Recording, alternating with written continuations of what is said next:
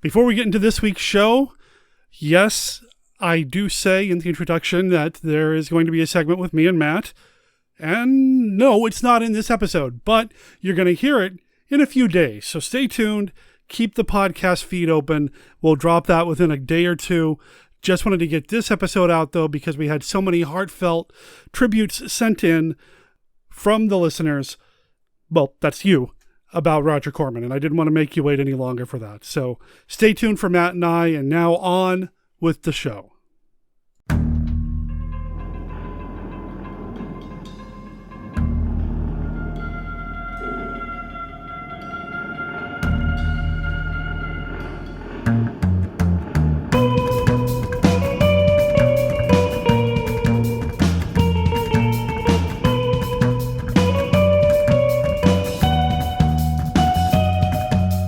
We're going to take a short break from Lucha de Mayo here on Monster Kid Radio because we're going to honor the legacy of Roger Corman. My name is Derek M. Cook, and I'd like to welcome you to the podcast devoted to the classic and sometimes not so classic genre cinema of yesteryear. This is Monster Kid Radio, and you are the best podcast listeners in the world. We are playing some music this week provided by Kitten and the Tonics. This is the song Alarmium from their release Alarmium. Now, I found them on Bandcamp, but you can find them on Bandcamp, of course, or their website, which is over at kittenandthetonics.com. Check out all of their music. Check out their upcoming shows. They've got some shows coming up the first 2 Saturdays of June, both in Michigan. So if you're in the area, go check them out. They also have a show coming up the 3rd Saturday of July. I'll make sure there's a link to their website over on our website at monsterkidradio.net. Check out the show notes. So as I said at the top of the show, we are kind of changing things up a little bit.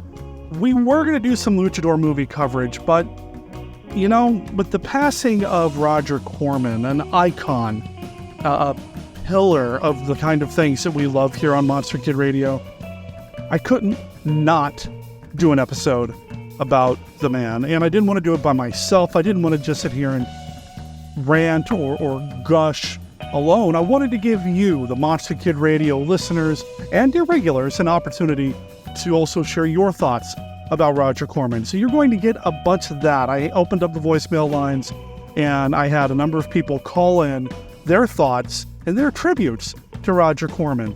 Also, my old film school buddy, Matthew Rashleigh, joined me for a conversation about how important Roger Corman is to him and to me.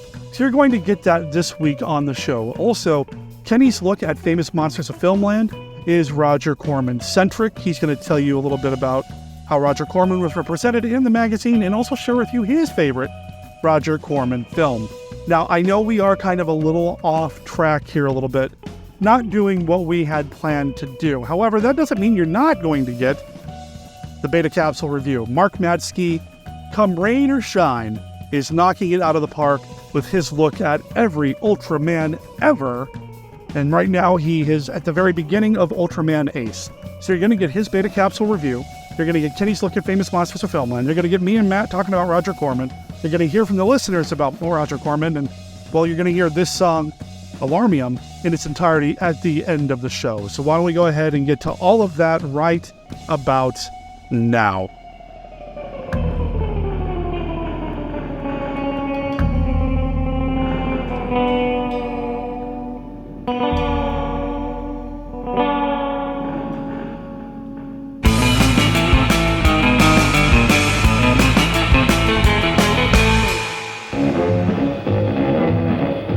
The artist,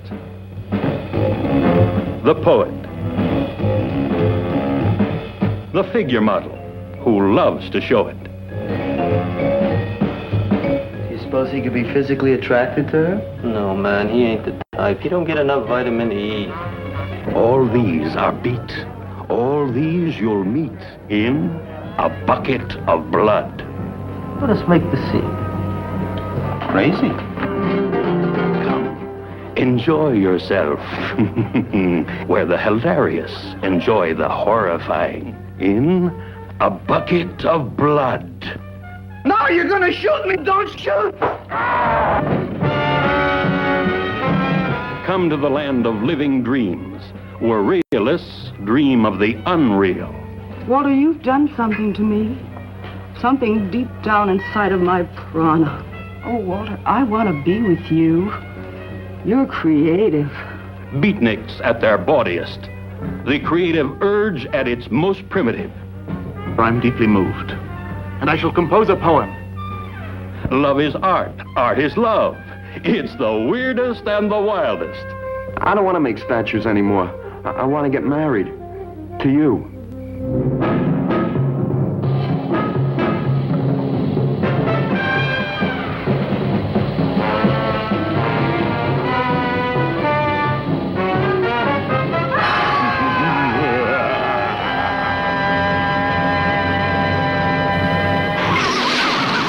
Death Race 2000.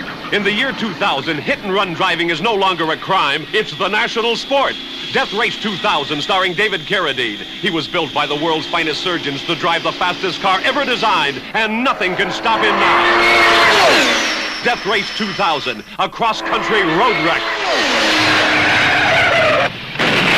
Rated R, under 17, not admitted without parent. Live from the Land of Light in Nebula M78, home of the mighty Ultra Heroes, it's Monster Kid Radio's Beta Capsule Review.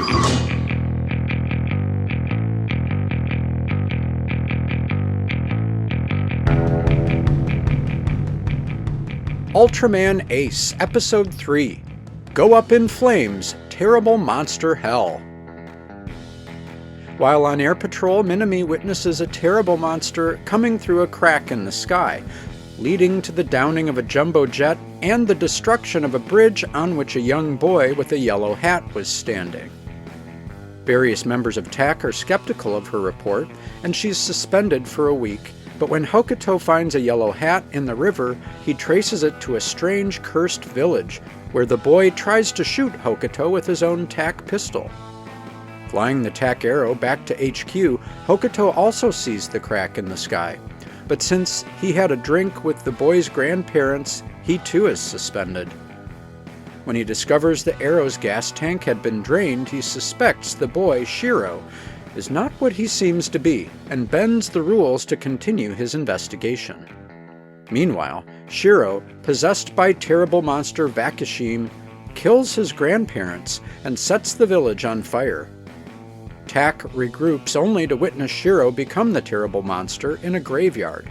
With suspensions lifted, Hokuto and Minami bombard Vakishim, who threatens to destroy TAC headquarters, but when Minami's arrow is damaged, she ejects from the craft, and Hokuto follows suit in a desperate attempt to summon Ultraman Ace.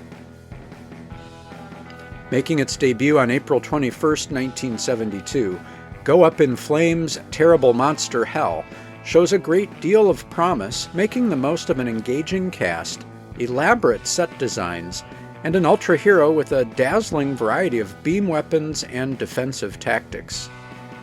Episode 3 also gets a boost from its unsettling moments of horror, in which a reanimated, homicidal child stalks the shadows of a decrepit mountain village. Terrible monster Vakishim is a futuristic, hyper-stylized foe, and the novelty of Hokuto and Minami's twin ring transformation sequence has yet to wear off, adding a tasty new ingredient to the Ultraman recipe. For Monster Kid Radio's Beta Capsule Review, this is Mark Matzke reporting.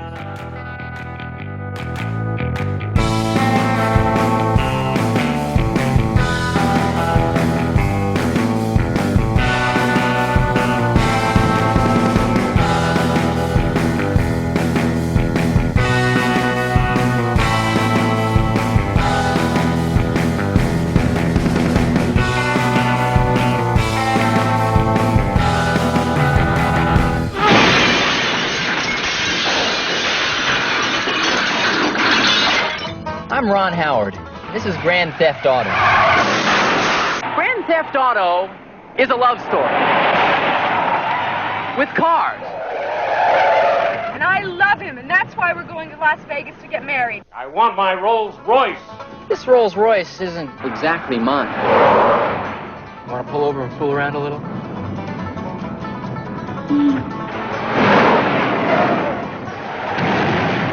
Also, it's a comedy.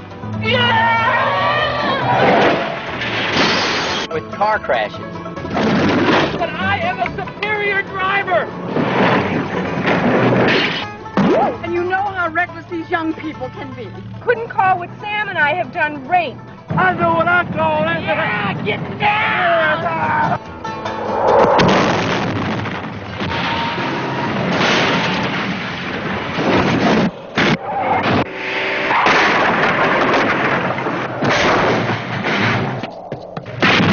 Jimmy, I got something hot. I'm gonna go with this. Put me on the air now. Break into the record. Her parents will pay big bucks to anyone who can stop them. You're just hovering up there like a lousy vulture hoping for a wreck. Well, if you haven't, I'm going to report it. In the course of this calamitous chase to the chapel, Ron's caused the crashing of a $40,000 Rolls Royce, 3 Cadillac, Mercedes-Benz, Porsche, 7 cop cars, 4 trucks, a very cherry van, a lot of Lincolns, lowriders, 33 screaming street machines. And Ron wrestles his red-hot Rolls up on 2 wheels into a spectacular chicky run with a whirly-bird. Don't worry, they'll pull off! Don't worry, they'll pull off. They're gonna crash! Look out, Vegas. We're coming in. Grand Theft Auto, directed by and starring Ron Howard. Well, hell.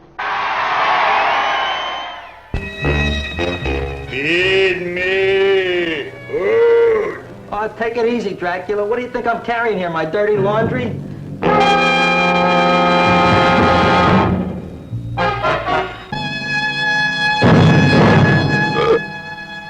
Where a man-eating, talking plant gives homicide something to think about. I didn't do it. Do what? Whatever. Ever see this man? Man, see picture. Why are you so nervous?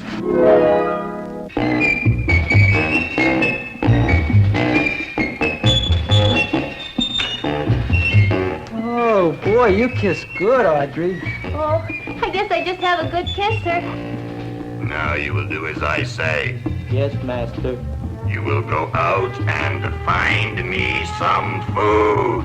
Yes, master.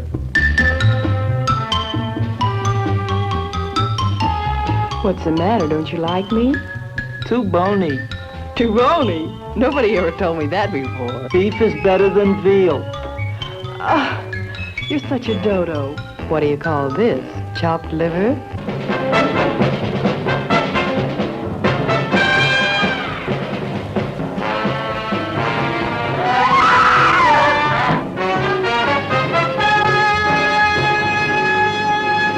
Hello there, Monster Kid Radio heads. This is Kenny with a look at Famous Monsters of Filmland.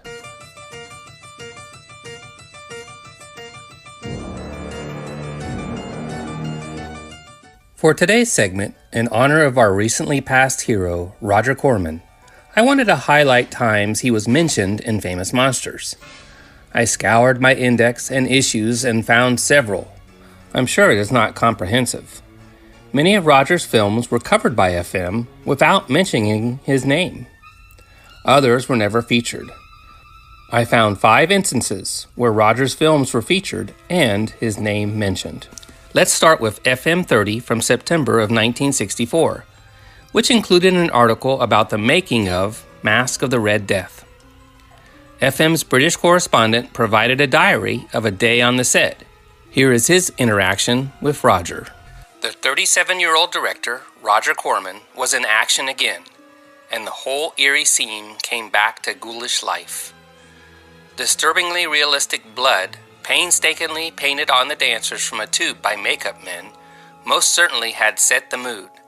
Now and then, Corman would stop to adjust some small detail before the cameras rolled.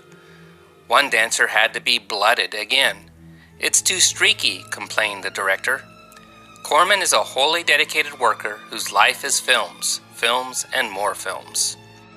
During a break in the shooting, Corman and I watched some of the Red Death rushes, scenes which had been filmed during the few days previously. Although only rough cuts, they looked terrific, particularly a scene in which a helpless wretch in a gorilla suit is set on fire by a revengeful dwarf named Hoptoe while hanging from a chandelier. "The fire looks real enough," I commented.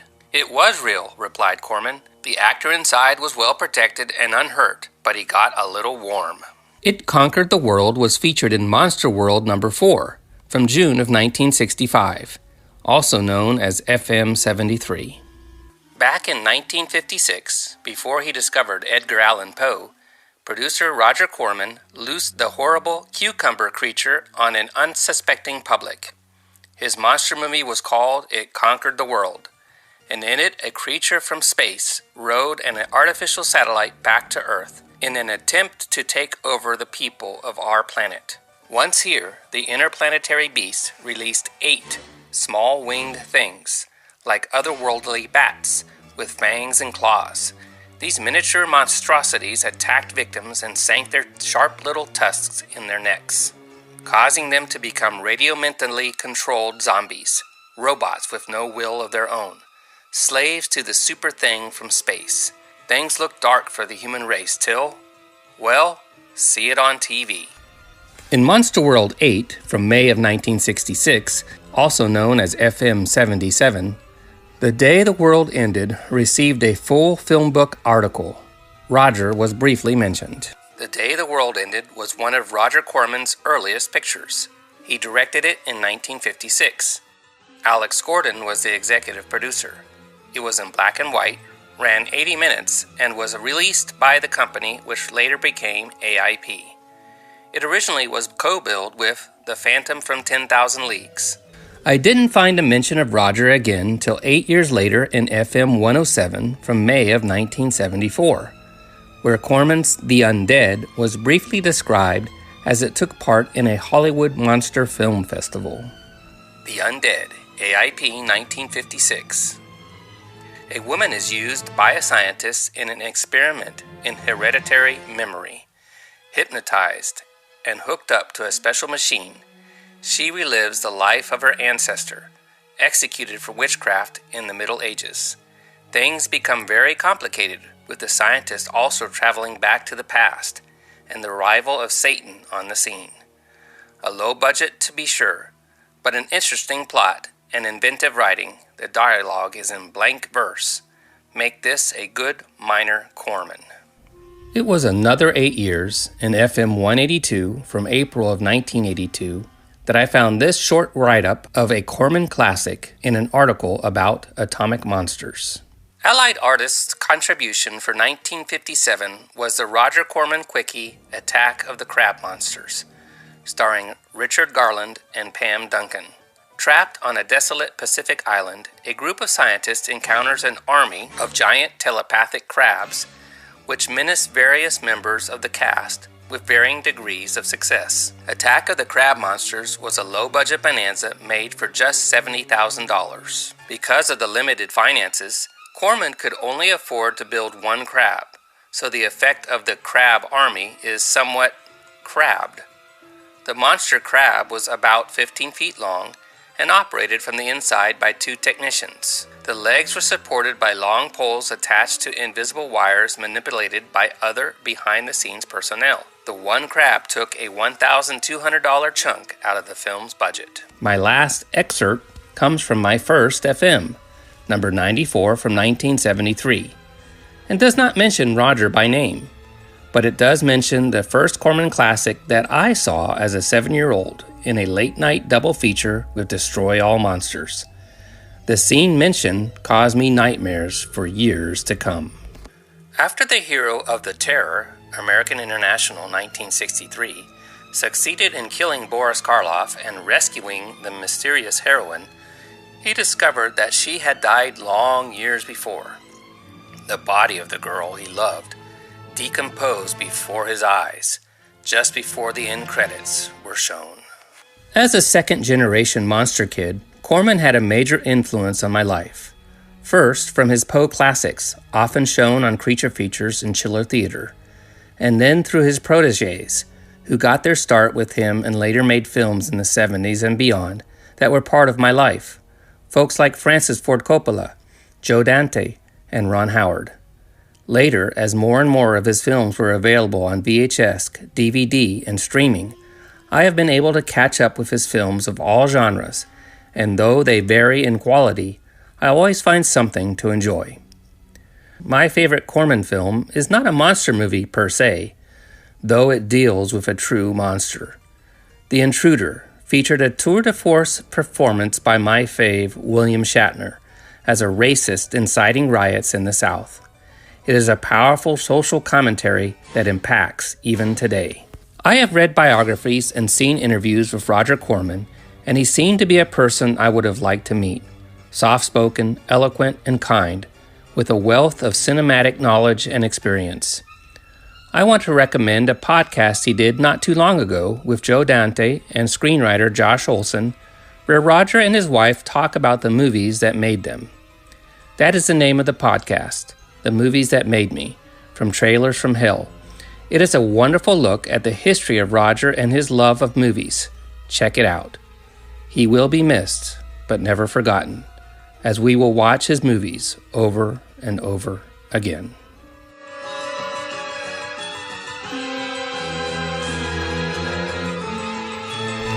Behind the blazing eyes of X, you will see demon forces that seek to probe the scientific unknown.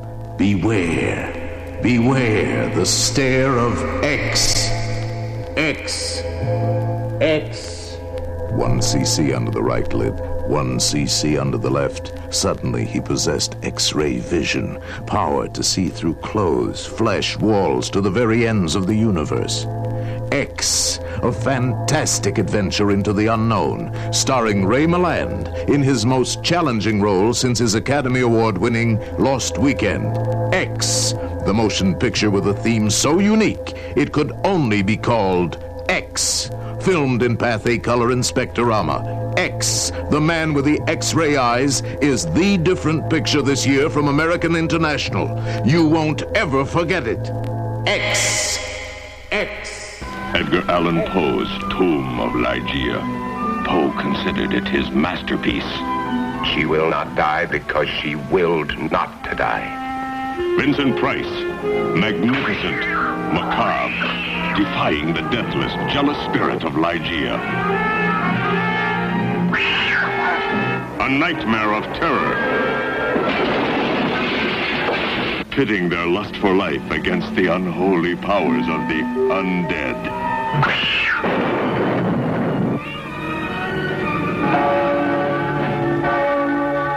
The undead attack the living. A wondrous world of maddening horror, starring Vincent Price in Edgar Allan Poe's Tomb of Ligeia in color. Hey, Derek and Monster Kid Radio listeners, this is Brian Clark. I don't recall when I first became aware of Roger Corman as an important creative force. I'd certainly seen a good number of his movies as a kid before beginning to recognize names and credits and seeking out films by certain creators. And as the years went by, I learned that Roger's name on a movie all but guaranteed that whatever it lacked in budget would be made up for in entertainment value and then some. Although it could be easily argued that many of the bigger budget Poe adaptations are objectively better films, my favorite picture he directed is X the Man with the X-Ray Eyes. It was a beautiful thing to see his reputation as king of the B-movies, which in itself is not a bad thing to be known for, rehabilitated in popular opinion, and to see him recognized as perhaps the single most influential figure in film history since the invention of the motion picture camera. For many years, the name Roger Corman was synonymous only with cheapness and cheese, and it was enormously satisfying to see the rest of the world catch up to what we Monster Kids already knew, that Roger was a legend, a titan, an icon. Even more satisfying was that it happened during his lifetime so that he knew just how loved and appreciated he was. Of course, his loss is sad, but his life was a good and long one, and the legacy he left behind will continue to entertain Monster Kids for generations to come. Hello, this is Matthew of MATZKE'S on YouTube calling in for the Roger Corman tribute episode. Just wanted to say that there'll never be another filmmaker or producer like Corman, and that my favorite one of his films he directed would be Mask of the Red Death, and my favorite produced one would be Death Race 2000, the original from the 70s. Thanks. Hello, Derek, Beth, and all the Monster Kids. This is Jeff calling in about the passing of the late, great Roger Corman. Well, I know his work over the decades has touched so many facets of film and television that I have enjoyed. still the first thing that comes to mind when I hear Roger Corman was his role as the executive producer of the pun fully intended, doomed Fantastic Four movie. That may seem like damning with faint praise, praising with faint damnation, one or both of those. But I actually own a copy of that movie, a terrible, terrible copy of that movie on VHS, and I really like it. Was it theatrically worthy? Probably not. It could have been released to TV, though. There are various beliefs about why that never happened. But, I'm sure glad that Mr. Corman made it. As I posted on Facebook, his passing is not a cause for sadness. It's a cause for celebration. He was 98 years old, and he had a great life. I don't know of any scandals associated with him. As Kevin Smith would put it, big bucket of wind. He was a great guy who did a lot for our entertainment industry, and I salute you, Mr. Corman. I know you had a great life. I hope you died peacefully.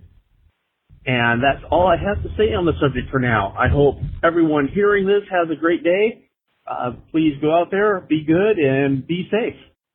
Hello, this is Mark Holmes calling from New Jersey, and these are my thoughts on filmmaker Roger Corman. Roger Corman was an entertainer. There were times in my life when this monster kid could sit down with a Roger Corman film that he had directed or produced, and for an hour and a half, I could relax. The load would be lifted off for a little bit, and I would walk away entertained.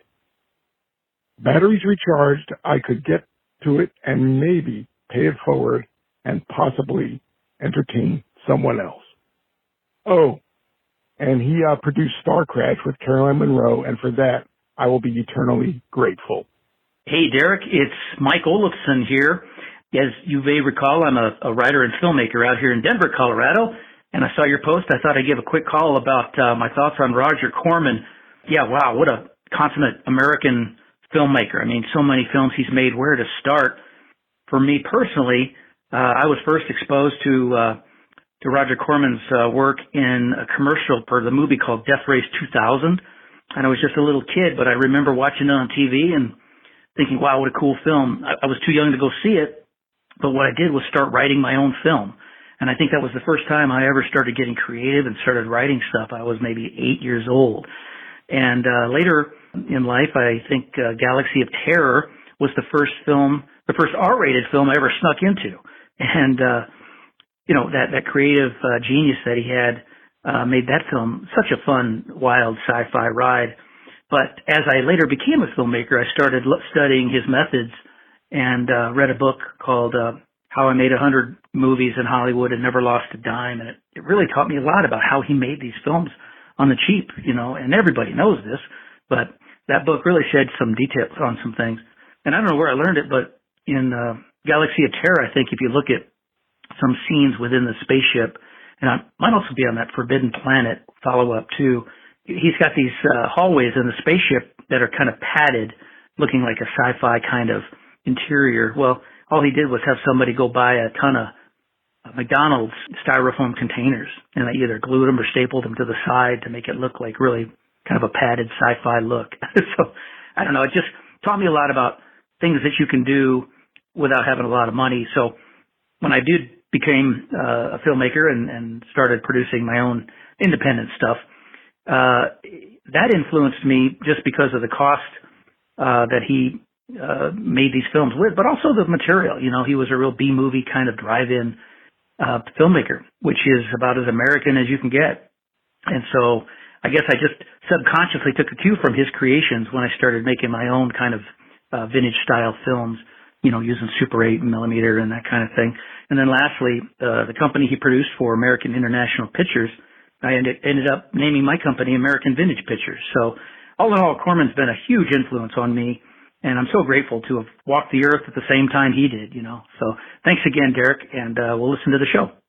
Hey, Derek. It's Eric Busby, creator of the Byron Chronicles and various other silly little shows that I like to produce. Losing Roger Corman, well, I can't say as I was really shocked. I mean, he was 98 for goodness sake.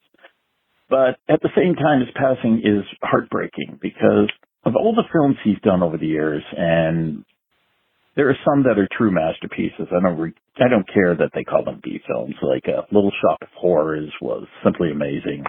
Death Race 2000 might be a little cheesy, but hey, it's a lot of fun. And I personally loved Battle Beyond the Stars. And now the creative genius behind all of that is lost to us. And it's something to think about. So there's to you, Roger. Thank you for everything you brought for us. And thank you for inspiring me to be a better storyteller. Hello, Derek and Monster Kid Radio. This is your old friend, Dr. Gangrene, Nashville horror host, calling in to give you some thoughts on Roger Corman. Good old Roger Corman. I tell you, that guy is such an inspiration. I absolutely adore the work of Roger Corman. He is, as I said, an inspiration. That's the word that comes to mind. He inspires me. I've read his book, How I Made 100 Movies in Hollywood and Never Lost a Dime, multiple times. In fact, I just reread it last year. The guy just is an absolute legend, and he made some great movies. I've shown multiple of his movies, his public domain stuff on my show over the years because they're so good. I re-showed The Wasp Woman last night. I've showed Bucket of Blood recently.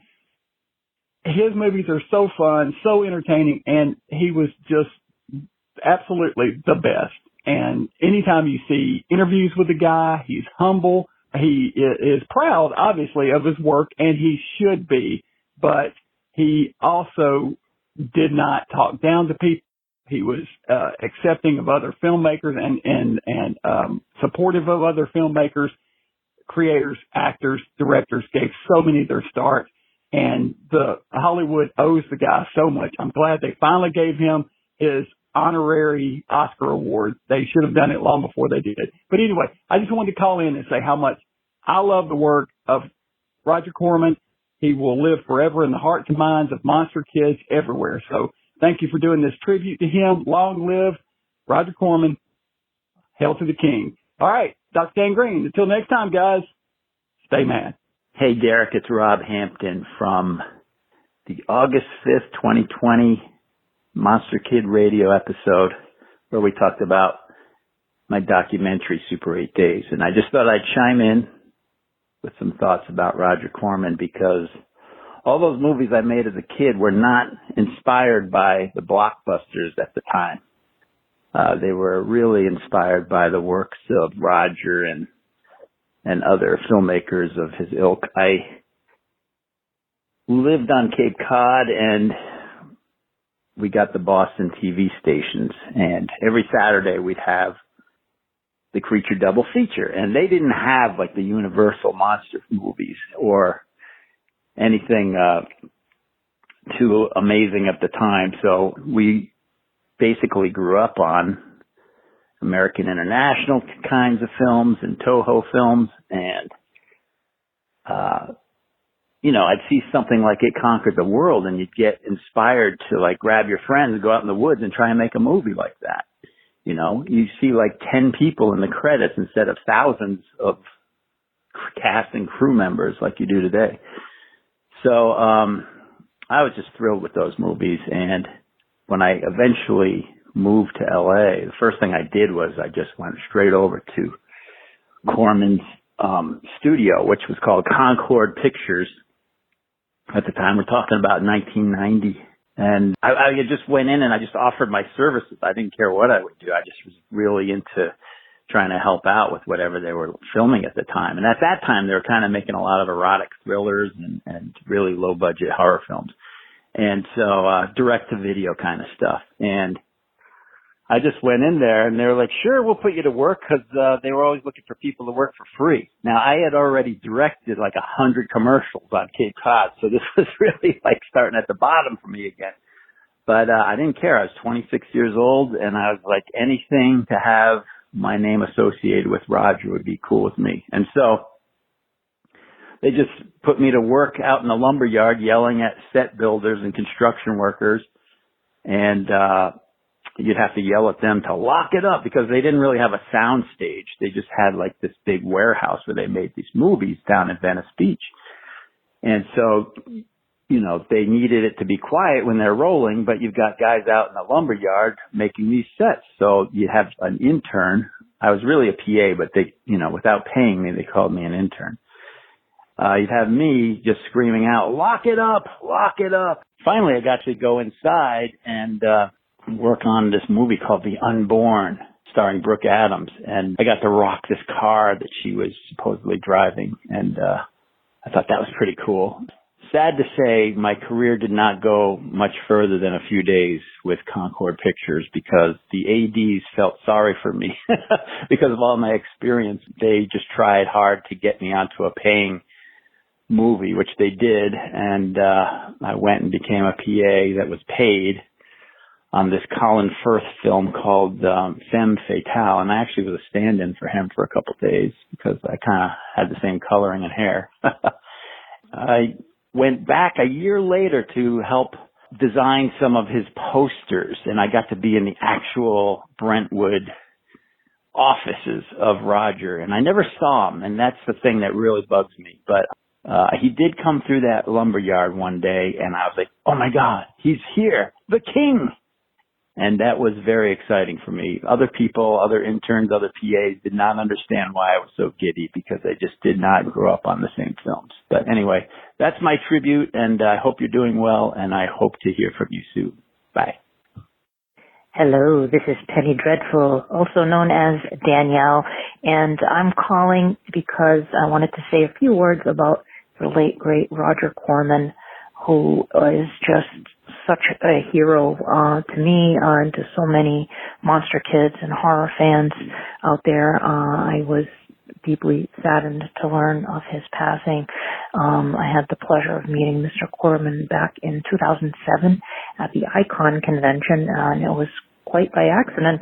He was a guest at the con, but this was a pretty big convention, a lot of people there, and this was kind of our second year out of the gate doing convention appearances. We'd only done a handful prior to that, and he just happened to walk by our table, and of course Guru and I got very excited. We stayed in character and we were handing it up, and he seemed rather entertained by our silly antics. So he just stopped by and said hello and was chuckling. So we asked if we could take a picture with him, and he agreed to that very kindly. And we took a picture with Mr. Corman. He has a big grin on his face because of our.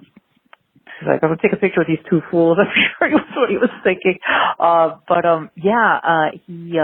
I've hosted many of his films on my show, Little Shop of Horrors, Creature from the Haunted Sea, Bucket of Blood, Dementia 13, which I love those movies, but my favorites are from the Corman Poe cycle. I absolutely adore the Corman Poe cycle.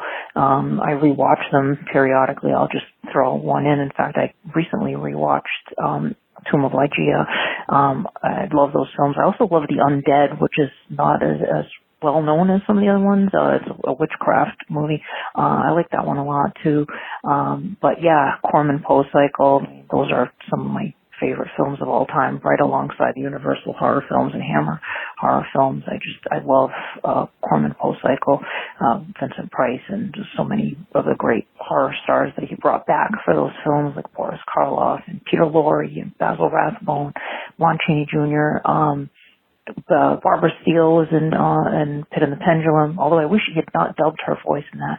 I don't know why he did that, but regardless, Roger Corman, we have lost a legend for sure, but we will certainly keep the flame lit for Roger Corman, all of us, and I'm glad that you're doing a special episode about him, Derek. So thank you for this opportunity, and take care. Bye-bye. Hi, Derek. This is David Annandale calling about Roger Corman. In A Pictorial History of Horror Movies, Dennis Gifford calls Peter Bogdanovich's Targets, quote, the only horror film completely to bridge the gap between the horror that was golden and the horror that is today. And though Gifford would disagree with me, I would extend that idea to Roger Corman himself. as the filmmaker who bridges the gap between not just old and new horror or old and new genre film more broadly, but old and new Hollywood in the widest sense. He worked with Karloff, Cheney Jr., and Laurie, and he worked with Scorsese, Nicholson, Cameron, and Coppola. With his passing, we have lost a vital link to the past and a crucial nexus in the history of American cinema. But his impact in the films he made and the talent he fostered lives on, and long may it do so. Hey, this is David Heath, Farmer Dave, and I got a couple of Roger Corman stories I wanted to share. And one is, I remember when I was 13 and sitting on my grandparents' couch, my cousins and my sister, and we were watching the local LA area family film festival. We were watching The Raven. And I can't tell you much about that movie, but I can tell you how it felt to be a family, to sit, an extended family and to experience that together. And it's one of my actually happiest memories from childhood. The other is, when I first saw Derek and the others doing panels, I realized that's what I wanted to be when I grew up. And got several chances, and one of them was at the H.P. Lovecraft Film Festival when they were doing The Haunted Palace. And I got to be on that panel. And then a couple days or so, or maybe a week before, Derek was maybe a little embarrassed that, Dave, we're going to have to move you from the panel to make room because Roger Corman is going to be there himself. Well, that kind of makes sense. It was his movie, and a lot more people know him than me. But, I was actually so grateful because I sat there in awe in that, watching that panel, and I don't think I would have had any questions. I just would have been almost starstruck. So I really enjoyed that, seeing that panel as an audience member. And that's the only time I ever saw Corman talk. Also, I live in the greater Portland area, and the fact that I got bumped off a panel to make room for Roger Corman in Portland, that can actually be used as a pickup line. Hey, I want to just thank Derek and the rest of the Monster Kids, but also just I'm grateful for Roger Corman for the good times that he left us with.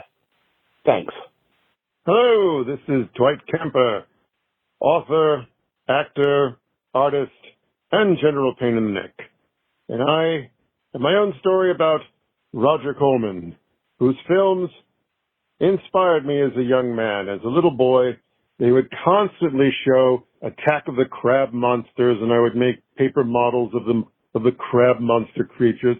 Beast from Haunted Cave. I could never figure out what the beast actually looked like, but it scared the hell out of me as a kid, especially people who were like in tree trunks and had spider webbing all over them. That was scary as all get out. And of course, his reclaiming of classic Russian science fiction films like Planeta Berg, which he turned into Voyage to the Planet of Prehistoric Women, which included, amongst other things, Davy Van Doren with Clamshell Bra, and of course Hua Chang's version of Robot John for the end of the thing, where he's supposed to have already been through the lava and he's the new god, and they're now worshiping the corpse of Robot John. Yeah, so Roger Corman's early films. Oh, and of course, I loved his Little Shop of Horrors. I mean, at first I was scared to death of it, and then I realized it was supposed to be funny. And you'll never find him among the toilets. But yeah, I love that film. And of course, let's not forget all of those wonderful Vincent Price movies with Edgar Allan Poe. And one Edgar Allan Poe movie, which was actually H.P. Lovecraft, but apparently they thought calling The Haunted Castle an H.P. Lovecraft story instead of an Edgar Allan Poe story instead of an H.P. Lovecraft story would make it easier to sell. But, yeah, so Roger Corman, loved his work, sorry he's gone. He shall be missed. And, and to this day, I still remember his promotion of found footage stuff. I think it was on either Cartoon Network or AMC, where whoever was at the end of the Blair Witch Project, the person gets hit in the head and the camera goes down, and then Rogers sort of pokes his head into the scene and goes, "That's a terrible waste of film." So, yep, Roger Corman, gotta love him. Rest in peace. Take care. Hey, Derek, this is Steve Sullivan calling on the sad occasion of Roger Corman's death. I mean, he lived a good, long life, so, that's great. But don't we wish he could have made it to 100 or just kept going, because he didn't seem to be losing any steps right up through the last time I saw him near the end of his life. Great man. I think the first time I encountered him was kind of in an oblique way. There was the TV remakes of Corman films that had been made by the guy in Texas whose name I just spaced out. But it was Zontar the Thing from Venus and those kind of films. And they were, of course, remakes of It Conquered the World, The Day the World Ended, etc. And I would see both of these films on reruns on Saturday afternoons, and it would really confuse me. It would be like, this is the same film I saw, but it's not the same film I saw. Eventually, I figured out that there were good versions by Corman and his friends, and then there were not-so-good versions by Larry Buchanan, whose name I finally remembered. So I think that was probably my first exposure, and of course there are some cool Corman monster movies going on there. And then the next exposure, I think, was probably the Poe films, which were played late night on one of the networks. I think it was CBS. It's possible it might have been ABC. Pretty sure it was CBS, though. And so I would start to see those films, and they're obviously really cool, and they're colorful, and they're wonderful. And so that kind of seeped into my consciousness.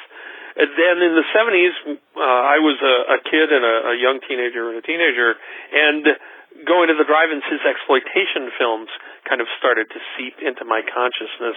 I know that Boxcar Bertha was something that was, I think, the second bill on something my parents had taken us to, and of course, that was kind of shocking, probably for them, but my parents were pretty cool, so they didn't show it, but it's not a horror film, but it's got violence and nudity and all sorts of stuff that Corman would be known for. And then, of course, the 1980s rolled around. I moved out to TSR in Wisconsin, and for the first time had cable TV. So suddenly the wonders of cable opened up even more Corman films for me, including Death Race 2000, many other exploitation kind of films. Somewhere in here, and again, I don't remember where, I became aware that Roger Corman had been behind all of this stuff that I was interested in, behind the monster movies, behind the gangster movies, behind the exploitation movies, behind all of this. Roger just did cool stuff, and he did cool stuff on a really tight, a legendarily tight budget. And that's how he was able to make, to direct, to produce an amazing variety of films in a great quantity. And a quantity that was obviously set up to satisfy the drive-in crowd, of which I had been part, and now the cable crowd, of which I became a part in the 1980s.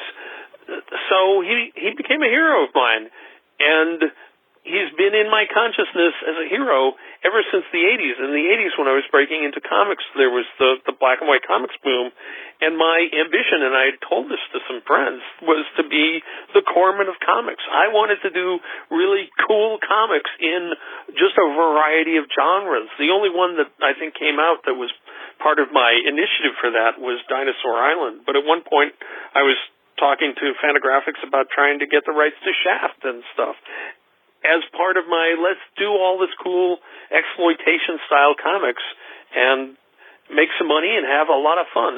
Unfortunately, the black and white bust came, so that stopped, and there were other things in the way too. But in the back of my mind, the ambition to be the Corman of comics still lives with me, and it lives in my novel work to this day. I think about Roger when I'm switching genres and when I'm doing cool stuff and tributes to genres of films and of writing and of his movies, obviously, still have a huge impact on me all the way up through Sharktopus, which I think is really pretty fabulous, and beyond. I'm sorry we're not going to get any more Corman-produced movies. If you haven't seen it, there's a great Corman series of specials on Shout Factory. I don't remember exactly what they call it, but it's like a making of Corman films, and it's wonderful. So in the end, I want to say thanks, Roger. Thanks for everything. We love you. We appreciate you. Rest in peace. We'll be watching you for the rest of our lives. Steve Sullivan, signing off. Hey, Derek. I hope those gremlins don't mess up this voice recording, but it's Vincent here with the Camp Kaiju Monster Movie Podcast. Just calling in, wanted to share some thoughts and appreciation for Roger Corman. Rest in peace. First and foremost, probably my favorite Roger Corman title property movie is The Little Shop of Horrors. Yes, the original non-musical version is classic in its own right, but what it became in the 80s with the musical first on the stage, but then the unforgettable movie with Rick Moranis, Steve Martin, so many others. That's just a classic monster movie, kaiju movie even, that I would recommend to anybody. The soundtrack kills, and really it's a good time.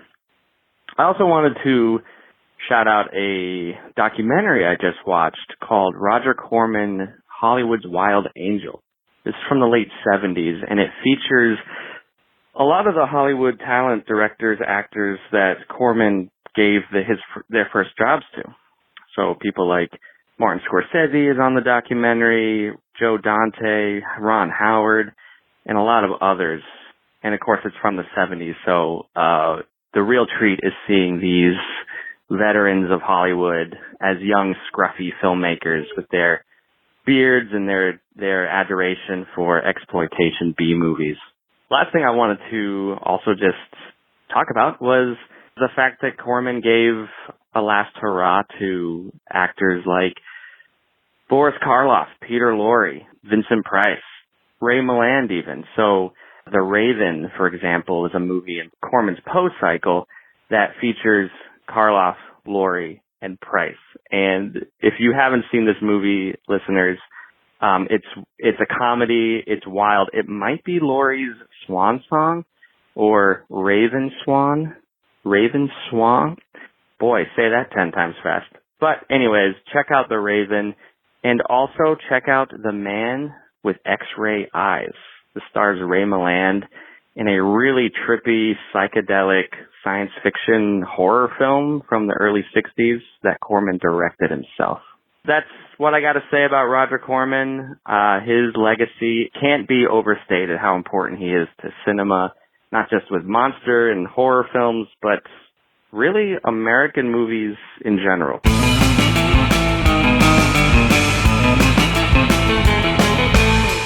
Have something you'd like to share with Monster Kid Radio? You can email the podcast at monsterkidradio@gmail.com, or you can call and leave a voicemail at 360-524-2484. Thank you for being here. Thank you for listening. Thanks for indulging us as we remember a filmmaker whose work has impacted the kinds of things that we love here, and in fact, all of cinema. Roger Corman, rest in peace, sir. Thank you for the films. Thank you for sharing your art and your business sense with all of us. We appreciate you, sir, and we are certainly never going to forget you. Also, a big thank you to everybody who called in their tributes, whether that was Brian, David Annandale, or David Heath, Dwight, Eric, Jeff, Larry, Mark, Matthew, Mike, Penny Dreadful, Rob, Hampton, Steve, and Vincent. I appreciate everybody calling in their thoughts. I appreciate everybody posting on Facebook as well their memories of Roger Corman and that other podcast that Kenny mentioned during his segment. I'll make sure there's a link to that in the show notes as well. The show notes are available over at monsterkidradio.net, where you can find everything you need to know about Monster Kid Radio. It's all right there, ready for your viewing, browsing, scrolling pleasure. Whatever it is you do, head over there and check out our links to our Facebook page and group and our Twitter, I guess our X now, our Discord, our Patreon, and our Reddit. We'd love to see you over there. We would love to see more activity on some of those platforms. The only way we can do that is if you help contribute to the activity. So maybe we'll see you over there. Also, you're going to find links to the band that we're playing this week, and we'll talk about them here in a moment. But first, I want to tell you a couple of other things. We have a Twitch stream. Now, for the first part of the month, I was running nothing but luchador movies, and originally I was going to do that all month long. However, I'm changing things up. This weekend, get yourself over to twitch.tv/monsterkidradio, because the plan is I'm going to be running a bunch of Roger Corman stuff, trailers, movies that I have access to that we can legally show, that sort of thing. So head on over there to check out some Roger Corman goodness, and we'll run that for a week until we come back to Lucha de Mayo next week on the show, when I have Matthew Rashleigh come back and join me and discuss his journey through the luchador movie subgenre. So we're going to wrap up May with some luchador content. And then after that, I have some things in the works. Stay tuned. Monster Kid Radio is a Team Death production. All original content of Monster Kid Radio is licensed under a Creative Commons Attribution Non-Commercial No Derivatives 4.0 Unported license. You can learn more about Team Death or other projects like Death Designs, Mail Order Zombie, Monster Kid Writer, and more at www.teamdeath.com. Remember, death is spelled D-E-T-H. That's teamdeath.com. Please rate and review Monster Kid Radio wherever you download your favorite podcasts. Alarmium is copyright 2024. Kitten and the Tonics, which you can find at kittenandthetonics.com, or look up the album Alarmium over on Bandcamp. They are signed to Taboo Recordings, so go to taboorecordings.bandcamp.com, or just follow the link in the show notes. Make sure you let them know that you heard about them here on Monster Kid Radio. My name's Derek M. Cook. I'll talk to everybody next week. Thank you, Roger Corman.